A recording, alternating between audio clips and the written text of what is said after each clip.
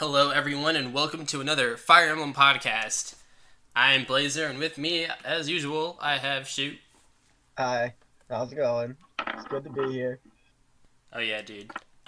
So lots of Fire Emblem news recently. Fire Emblem Direct. That threw some people for a loop. So let's It get it did. let's get right into it. All right. So I think first, let's talk about that mobile spinoff, just because that's kind of the first Fire Emblem game that we actually heard of. Um, Now we have a name for it, Fire Emblem Heroes. We know all about it, whatever. If you want to know all the deets, just like watch the video, whatever. We won't go over that.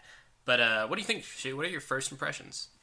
I think, I mean, I'm not really a mobile gamer, but I could see myself getting into this particular game if it kind of appeals to the old-timey Fire Emblem fan in me, Mm-hmm. and it is almost like a Fire Emblem All-Stars, kind of like a greatest hits type of game where you get to play around with a lot of the old characters and stuff throughout the franchise. And I mean, it looks like it could be that, but the skeptic in me that does not like gaming that much. By mobile gaming, I mean phone gaming. Mm-hmm. I just I'm not really that. I'm cautiously optimistic, but even saying that might be a little bit too much. Right. I kind of get it. I'm a little bit similar. Like, phone games are fun, but they've always been kind of a casual fun. They're not like man, I'm hyped for this. Like, it looks like a No, super immersive game, right? They're not meant to be that way. They're meant to be like, you take out your phone, you play for like a few minutes or whatever. It's like a time killer, right? And I think it yeah, does a good job essentially, of that. It's got good appeal. Like, I'm glad they are, bringing characters from all over the series. I guess not so much the older games, but I mean we saw plenty of at least like FE6, 7, 8, 9, 10, and then of course 11 and 13 and 14. So I mean there's a good variety there. I think the new art looks cool. I don't know about you. yeah, I would agree. I would think that I think this is my prediction. This game is gonna fall into a like an interesting spot in that as far as games on like the App Store goes, it's probably gonna be decent, if not pretty good. But Mm-hmm. I don't know if it's gonna offer that much to the typical Fire Emblem fan. Mm-hmm. So that is at least that's my concern. Obviously, I'm a firm believer that in that you should play something before you really form a concise opinion on something. Right. So I will be downloading this game and I will be playing it. Um, might even be doing another episode on it when it actually comes out. Who knows? Don't hold your breath. Fair enough. Fair but uh, enough. but um, but yeah, no, I'll definitely be giving it a shot at the very least. Mm-hmm. Yeah, same here. Gonna try and avoid spending money on it. Those microtransactions seem a little bit expensive, and by a little Mm-hmm. bit, I might mean more than a little bit. But with those kind of games, and it's kind of what I predicted a long time ago. It looks similar to a gotcha game where basically they got your hand on your wallet, as the joke goes. Uh, Now it's a type of game where you buy orbs or diamonds or crystals or whatever. It's always some kind of like abstract form of money, and then you buy characters or weapons or whatever. And so like basically the deal is if you want your favorite characters, you're gonna have to keep going through this lottery process of trying to roll them, right? And they kind of Uh, show that in the video. So like it's gonna be tough, if I find a character like I really want, and they're gonna have special promotional events, like get the Black Knight, you only have to roll, $50 worth of coins, and you have a pretty good chance of getting it. It's like that. yeah, Eh, yeah. hopefully they won't get me too hard. No, yeah. I hope that's not the case. Oh man, We'll see poor though. Yuri Lowenthal just wanted one coup. Yeah, I know. Yeah. I mean, honestly, he's pretty lucky he got him the second try. Like, I'll be pretty happy Yeah. if I get who I want the second try. So, Yeah. but yeah, so we'll possibly do another podcast on that. For now, let us know if you plan to play it, what your thoughts are on that. It seems pretty solid. I expect kind of a pretty casual story. Definitely seems like the generic crossover, dimensional, whole whatever story. So I'm not expecting too much from that. But as a Every decent crossover story ever. yeah, exactly. But as a decent time killer for FE fans, I think it'll do its job, and honestly, it'll probably make more money than Super Mario Run, just because there's going to be that small base of fans that wants every character and spends a ton of money. Um, I could see it. Compared to games where there's a flat fee, microtransactions are actually pretty good at that, and I think that's why they can afford to do it, and why they also want them to do it, right? Like, why Fire Emblem first and not like some other like more major series, right? Well, I think Right. they expect some people to put a lot of money into it, but hopefully I'm not one of those people because I like my money where it is. Right. All right. So what about Fire Emblem for Switch? We're not going to really talk about that because we don't really have any information, and it's not coming out for at least another year. Possibly, probably going to come out like late 2018. Possibly longer. So we're going to leave that for another time. Fair shoe. Yeah. No, I mean, anything that we mention now about it would probably just be pure speculation, which I realize that's kind of what these podcasts are for, but we have literally nothing to go on. Right, exactly. And like we've talked a little bit about before about like the Fire Emblem on the Switch, and of course we're happy that it's happening because I think we also talked about like why they haven't done it in such a long time. So like, okay, it's great, first time since 2007. They even made a big point about like saying that in the direct, but like there's nothing we can actually say, and there's so many different possibilities of what they could do with it. I feel like we could easily just talk about them for 4 hours and not actually add a ton of insight that anyone else couldn't. So, what about that other Switch game though? We know a little about that one. Fire Emblem Warriors. Oh yeah, dude. Yes.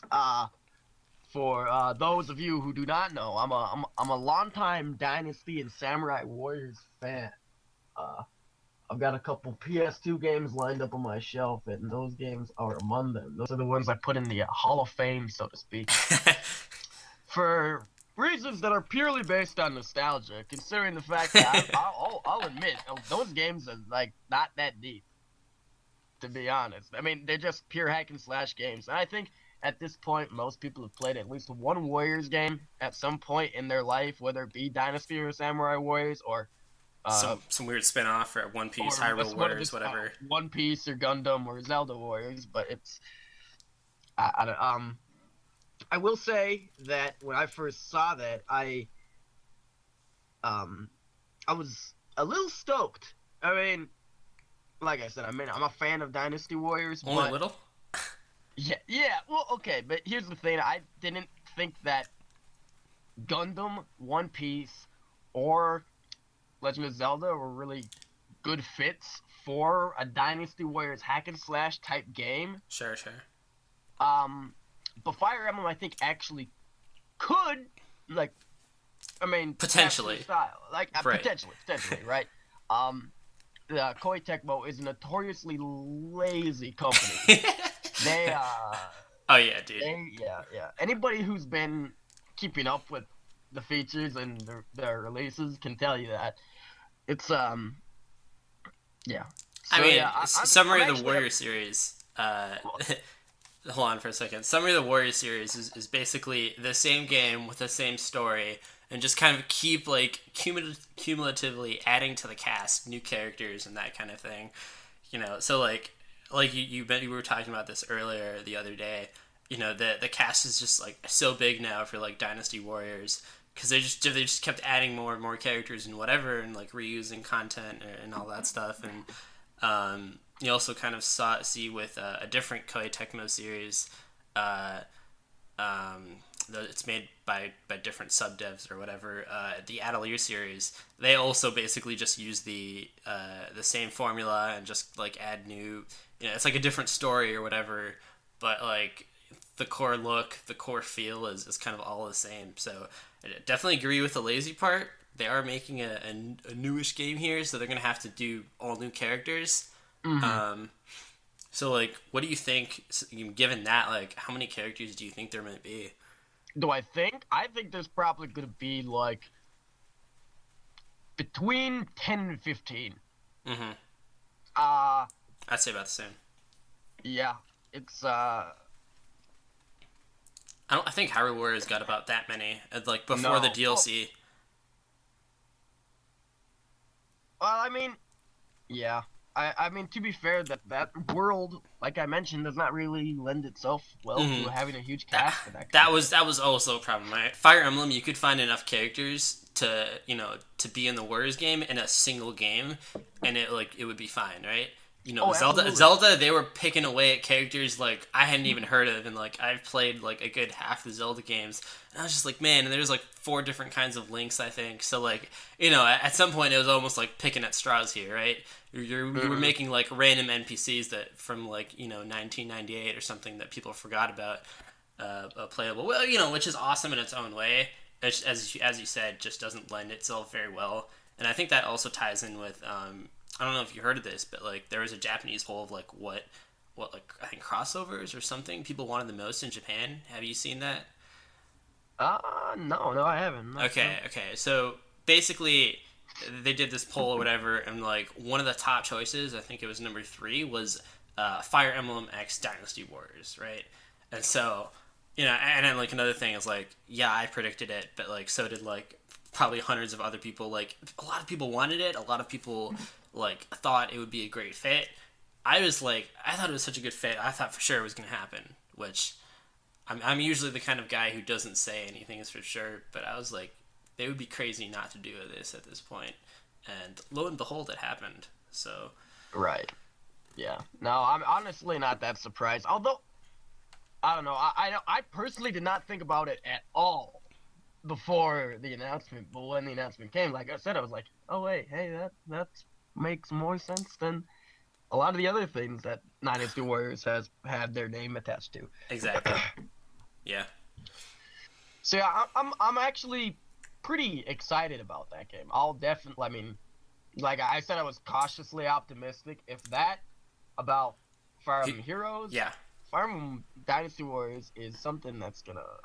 I would definitely spend time on that. hmm And, like, you know what to expect, which is why, like, gameplay wise, like, the trailer wasn't a big deal for me. I'm like, oh, like, Crom's, like, killing, like, 100 enemies at once with some big flashy sword attacks. Like, that's basically exactly what I expected, right? Um, so, like, I don't know. And in a way, it's like even though we don't have much information on the game, we already kind of know like who is this for, right? Like you know what you're getting from any kind of Warriors game, right? Right. Gameplay wise, that is. I think the main thing for me is who's actually going to be in this game, right? Like we've only seen Crom, and we saw from the little intro like the different Fates weapons, which hint at Corn. I call him Corn, but Corin, um, Ryoma, and Xander. And then also I think we saw Marth Falchion. So like we kind of expected those because Fates is the newest game, but I'm really curious: are we gonna see characters from other parts of the series, or are they gonna try and like really keep it down to just like the more recognizable games? Are, I I would guess that they would keep it to the more recognizable games. mm-hmm. How I come? just Any yeah. reason, or just kind of instinct? Well, I mean, that's kind of where Fire Emblem's gotten incredibly popular in the last couple of years, largely because of these newer games. So I think they're definitely going to go heavy on them. I mean, they might dabble into some of those older games, but I would be a little bit surprised if they put anybody from 4 and 5 in. And my guess is that they're gonna that games like 6, 7, 8 are gonna have one or two representations, if any. Max, yeah. Yeah, I would also be very surprised to see, not even a little bit, I'd be very surprised to see FE4 or 5 characters just because they haven't been brought over to the West, and now so much of the fan base is also in the West that I feel like they can't just kind of like ignore us and say, like, oh, we made these games for the Japan fan base, but here we'll also give it to you, to the West, right? That's how it was before. It was usually an afterthought. Um, Though ironically, like Lynn's mode in FE7 was kind of part of like the whole like, oh, we gotta bring over the games to the West, but you know what I mean, right? Um, Mhm. so like I wouldn't expect those. About the others, it's gonna be kind of weird because let's say they include Roy, right? Then you kind of expect Lilina, and if they include Lynn, you kind of expect Eliud and Hector because they're also main characters. And you include Erica, and then you don't include Ephraim, and people are gonna be pissed you didn't include Ephraim, right? So and then like suddenly instead of just including one character from each game, you suddenly have to include like 8 characters, Yeah. just to fit like the biggest characters. And of course, we said the cast is going to be 10 to 15 characters, so it's like, when do you kind of draw the line, right? And of course, if you don't include like Lucina, then there's going to be a riot from a certain part of the fan base. So Yeah. they've got a lot of different people to please. I kind of feel bad for Koei Tecmo, but that's kind of the nature being in the game development business, though. very true. Yeah, you basically just can't please anyone, and I think maybe that's why one of the rumors with this new game that they announced for the 3DS, that was a total out of the left park announcement. Fire Emblem Echoes, the Fire Emblem Gaiden inspired game. I don't know if they're calling it a remake, but to me it seems like a remake. It definitely looks like it. Yeah, I don't think they use that word specifically. No. But anyway, honestly, I think they try to. I don't even think they're like the only game company that. A lot of game companies, I think, try to stay away from it. Not all of them, but there is a vocal part of the gaming community that I think dislikes the trend that they perceive to be many video game remakes on the market, and thus we're not really getting new content. And so that's why I think some companies try not to use that word. And I think it also goes to like pleasing fans, which is I think what I was trying to say is that like it's weird that they are bringing this new Fire Emblem game that is a remake of a super old game, and it looks like a faithful remake, and it feels like they're almost trying to appeal to older fans of Gei-den, and then also the gameplay looks a little bit more like classic FE. We don't have any concrete information, but just kind of based on what I see. So like, maybe I'm wrong about this. Maybe I'm just perceiving this wrong. But it does kind of feel like they are trying to say, like, if you're a more casual Fire Emblem player, here is, Fire Emblem Heroes. If you want like a cool spin-off that's the simple gameplay but like fun, here's Warriors. And if you want like a more classic style FE, here's Echoes. And we just got Fates, which is just kind of like a appeals to various different other people, newer fans, and then the Fire Emblem for Switch, I have a feeling will kind of appeal to more newer fans. I should say rather, the newer format. So like we might see pair up in that. I haven't really seen pair up in Echoes, so I don't know if maybe they are, just kind of trying to appeal to everyone, which is really hard, of course.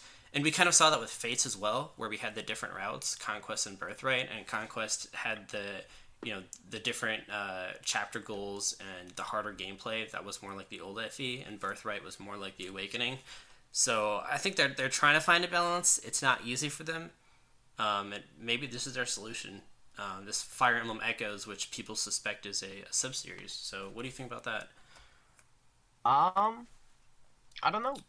I really don't. I think that's an interesting take that they're trying to somehow find, like you said, find a balance between their to the more casual game and the more hardcore Fire Emblem fan. Or classic, honestly, anyway. I mean, I don't want to like offend everyone. Like everyone's kind of passionate about it, just in different ways. So that's why I kind of hesitate to use like that casual hardcore. But we know what you mean. Yeah, I don't know. I think that's interesting. Yeah, I really don't know. I would love to see more. I will say that, considering I don't think people really realize how out of left field this is. Considering Fire Emblem 2 was the longtime dark sheep of the franchise. And what? Black sheep. Black sheep. What did I say? Dark sheep. Dark sheep. Well, same diff. That's weird. No, that's not true. Black sheep. Longtime black sheep of the franchise. I mean, at least until Fire Emblem 2 and not Fire Emblem 2, Fire Emblem Sacred Stones. And I mean, even then, Sacred Stones and Fire Emblem Gaiden are pretty different games. A lot of similar themes, but still very different. So I don't know. I hope that Fire Emblem 2, I mean, it didn't have a super deep plot considering it was a NES game, but I hope that they did not tone down how dark of a game it was. Right. Same here. And I think this would kind of be a concern with the other games, which is honestly, I'll be honest, it's just my personal opinion. I didn't really want Nintendo kind of remaking any of the older games because I wasn't sure if they could do it in a way that would please me. So far so good, but we kind of have to see more of like the dialogue and the story with Exactly. FE2 to see like, okay, what what do they change? Because they're gonna change some things, but are they gonna kind of keep the same atmosphere and feeling, or are they gonna kind of totally rewrite Alm and Celica and their relationship? It'll be interesting to see that. It doesn't look like we have an avatar, so Yeah. I guess there won't be focus on kind of a human, or rather a player created character. No. So that should be interesting. Personally, I'm not a fan of the avatar, but I kind of get the appeal. I just feel like the story is easier to write when you have a set personality for the main character that is different from the player, because then as the writer you don't feel inclined to like kind of hold back their personality and maybe make them simpler or more like a Mary Sue or Gary Sue or whatever, because you like when the thing with avatars is you never want to offend the player, right? You never want to make them say or do something that is too far from like the ideal person or whatever. But of course, you have to consider that everyone has different ideal persons. So if you don't include a lot of dialogue options, then like it's never perfect and it's just kind of difficult. So far, no hint of an avatar, but we'll see if that changes. Maybe there is one, and maybe it's more like FE12 or FE7. I would be a little surprised if they include an avatar. Like, I don't necessarily mind the avatar, although I do agree with what you said, considering the story considerations. But Fire Emblem 2, an avatar does not seem like it would really fit with the way Fire Emblem 2 is. Exactly. For those who don't know, Fire Emblem 2 is a game that it splits it has two parties essentially. You have two lords, but it's not like Sacred Stones where they branched out for a few chapters, but at the end of the game, most of the chapters they're together. Right, and then basically there are some dialogue differences, but it's not like FE2. You were like on different sides of the map, like climbing the map on different sides. From what I remember, it's been ages since I played FE2. And you were both of them simultaneously. Right. So, and that's another difference from Sacred Stones, is that Sacred Stones had the same cast of characters, more or less, with a couple exceptions, regardless of which way you went. Right. And, so that is, honestly, was a really cool dynamic. They kind of brought that back in Radiant Dawn in a little bit. Just because similar idea. Cast. Right. And I liked it in Radiant Dawn too, honestly. I mean, I don't consider Radiant Dawn to be my favorite Fire Emblem game, but I thought they did a few things really well, and that was one of them. No, they had some really interesting ideas, and I like that. They weren't just going for the same, chapter by chapter formula. No. Nobody can say it wasn't fresh. Right. There were some weird like balance issues and other things where like the Dawn Brigade versus the the Ike mercenaries or whatever is kind of like one of the big ones. That people might bring up, but all that stuff can be tweaked as you kind of iterate on the general idea, and it's difficult, I guess, with one player games, to kind of you can't like patch it like you do multiplayer fighting games, right? Because you want everyone to have the same experience. So if there are balance considerations, it's like, well, the product's already out, right? Like you don't want to be changing enemy stats mid-game because who knows how that could like mess up someone's playthrough, right? Right. So hopefully they do it well. I'm not too worried about that. It does kind of make me curious with this FE2 remake. Like, like I mentioned, the theory is that because it has this subtitle, Shadows of Valentia. Valentia? I know it is Valencia, so I can't. They've named that continent like 4 different times, I feel like. But I usually call it Valencia just because I think that sounds the best. But I think they're going to But it's a T now, right? It's a T now. It's a T. They're rolling forward with that translation. Okay, so people in the comments tell me if it's Valentia or Valencia or Valencia. Can I just call it Valencia? Is that allowed? That's what I'm doing. Man. Okay, if you're doing it, I'm doing it. Because if there's 2 of us, that makes it okay. Yeah, true. But yeah, what if Fire Emblem Echoes is like, oh, we're gonna remake the other Fire Emblem games next, and that would be kind of sick, assuming that they do a good job with it, right? Shadows of Jogdral. Well, I just figured they'd go for a completely different. They just keep the Fire Emblem Echoes. Echo is kind of like the after sound of a given sound, right? Right. So I guess that's why it kind of fits as like a remake series, right? Fire Emblem Right. Echoes. They wouldn't call it Shadows of Juggerl. They would just call it like whatever of whatever. I don't know, dude. Yeah, yeah, But no, I know, but like, yeah. But honestly, yeah, the idea is there. they'd Yeah, probably not call it Juggernaut. They'd probably you translate it differently again. I don't know why they right. keep doing that, but it pisses me off. They're probably gonna call it Juggly or Dude, something. they changed the name Wendy and added like 5 extra unnecessary letters and made it like Yeah. Gwendolyn. And I'm just like, Gwendolyn, why? like, I mean, honestly, I think Gwendolyn's a better name, but her name was Wendy. Right. Like, why change What it? was fine? Like, what was wrong with it? Like, were you secretly offending someone? Like, Yeah, and Agma will forever be Aguma to me. Agma just is a bad name. that's Dumb. also true. What's it? Wasn't it like Nabarl for Navarre? Nabar. Nabarl. He sounds like Navarro. he sounds like a bandit now. Yeah, dumb.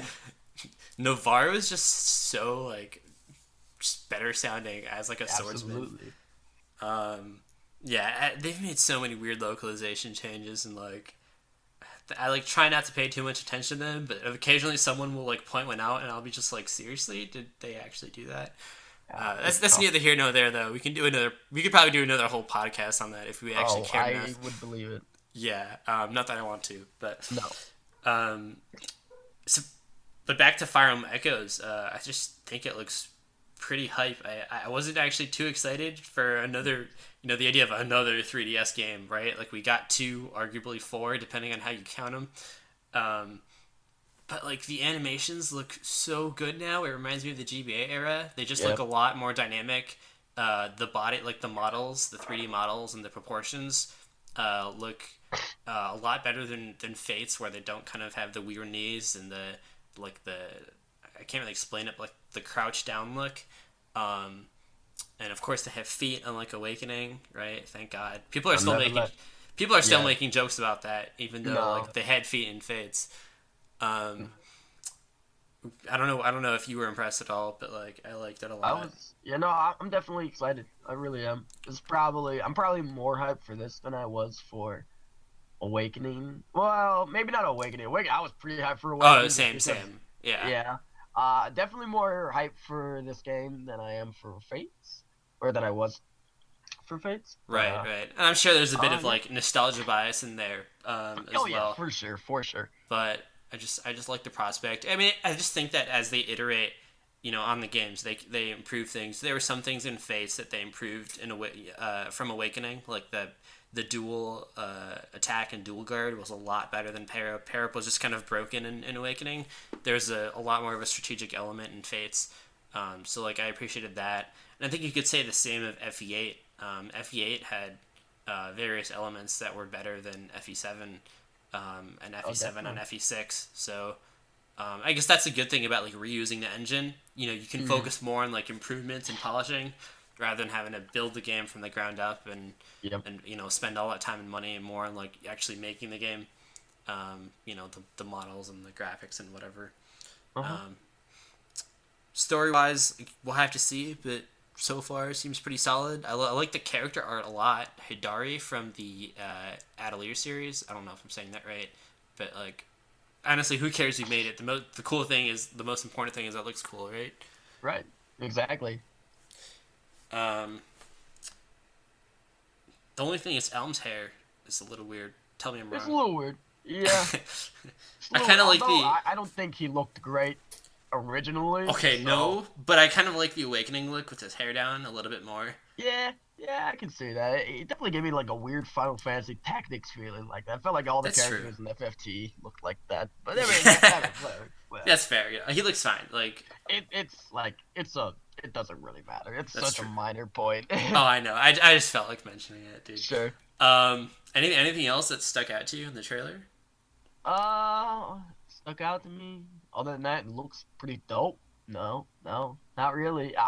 Honestly, all in all, I think that, I mean, especially if you liked Awakening and Fates, keep your eye on Echoes for sure. And if you didn't like them, I would say if you're kicking around the idea of giving Fire Emblem a last chance before you finally jump off the boat, I would play Echoes before you do that. Yeah. That's just Or my 2 at the very least, like watch a little bit of gameplay, see if it's worth the money. You know, make sure you make an informed decision. That's not just like whatever. It's the same. It's the same engine as Fates. Maybe it's bad. Hey, you never know. No. You might like this one. Yeah. I think that goes for any game. Try and keep your expectations to, something fair. Manageable levels. Right. This game might not be the same in Fates in a lot of ways. So, like, that's how. Especially this is just how Nintendo develops games. They have a lot of features that they keep or remove, and they just like you'll see it once, and it might have been done great, but they'll just not bring it back. Right. Like look at the world map in FE8. You didn't see that in FE9 or FE10 in the same manner. You had a world map, but you couldn't like traverse it. Right. Same thing with like skirmishes and branched promotions and like you saw skills in FE4 and 5, but then they were gone for the GBA games for the most part, right? So Nintendo's weird like that. Like in Fates we had the the S supports and the marriages and the a lot of little extra features with like the My Castle. We might not see that in Echoes, and we might see things in Echoes that aren't in the next Fire Emblem game. So, I just try and think of every FE game as kind of its own thing and see where it goes from there. Yep. But yeah, overall, seems pretty excited. I can't wait to hear more. And I think the best part is that it's coming super soon, like less than 4 months. Oh yeah, no, for sure less than 4 months. What's the release date again? May 19th in America, and I think Europe as well. And I think Japan is coming on the anniversary, April 20th. That's like the 27th anniversary of the series. And Fire Emblem Heroes is coming out February 2nd. So if you're interested in that, you got that to kill time until Echoes comes out. Yep. And then you got Warriors in the fall, and it's the Fire Emblem for the Switch next year. Like, yeah. Try not to get too excited. Emblem. Oh yeah, dude. They're making more Fire Emblem games than like any other series right now. It's a little weird. It is. I was a little thrown off. if So not was I. happy. Yeah, no, yeah. So, yeah, we're definitely going to be binging on Fire Emblem this year, I think. Yeah, dude. Maybe a little too much because I need to replay Gaiden as well before the new one comes out. That way I can do the critical analysis, like what's changed, right? Yeah, true. It's been so long since I played Gaiden. Yeah, dude, and of course there's Fire Emblem mods if you're into that and the community, Yep. and Fire Emblem Cipher cards if you're into those. We didn't get a localization, but maybe one year. Hopefully. if you're into trading cards, if only for collecting. I don't even play the game. I just like collecting them because I'm a nerd. But yeah, there's so much Fire Emblem stuff. There's something for almost everyone. So Almost. almost, but yeah, you can't please everyone ever. Nope, So. you can't. All right, dude. Anything to add or? Play Fire Emblem Echoes. That's true. All I'm gonna say. And if you have the patience, play Fire Emblem Gaiden as well. Yes. All right. So, only 2 weeks until Fire Emblem Heroes. Get hyped. Yep. And I'm sure we will have another podcast or two until Fire Emblem Echoes comes out. Of course, follow us on Twitter for the latest information on the Fire Emblem series and the latest polls and hype in general, because we do. That's why we're called Fire Emblem Buzz, right? Yes, Fire Emblem Buzz. That's the. I mean, I could have chosen a lot of different names. I could have chosen like Fire Emblem News, like Fire Emblem Resource. Buzz. Exactly. Yeah. Exactly. Yeah, because we're excited. So yeah, no, definitely follow us. That's the Twitter handle is Fire Emblem Buzz. Yeah, you'll get more than enough Fire Emblem insight from primarily Blazer. I'm on there every now and again. Always watching. Mostly to make witty remarks, but yes. Someone's got to make the witty remarks, so it's fine. I gotta, yeah. Shu plays a very important role. It's just a modest one. Yes. Make no mistake. All right, guys. Thanks for tuning in, and until next time.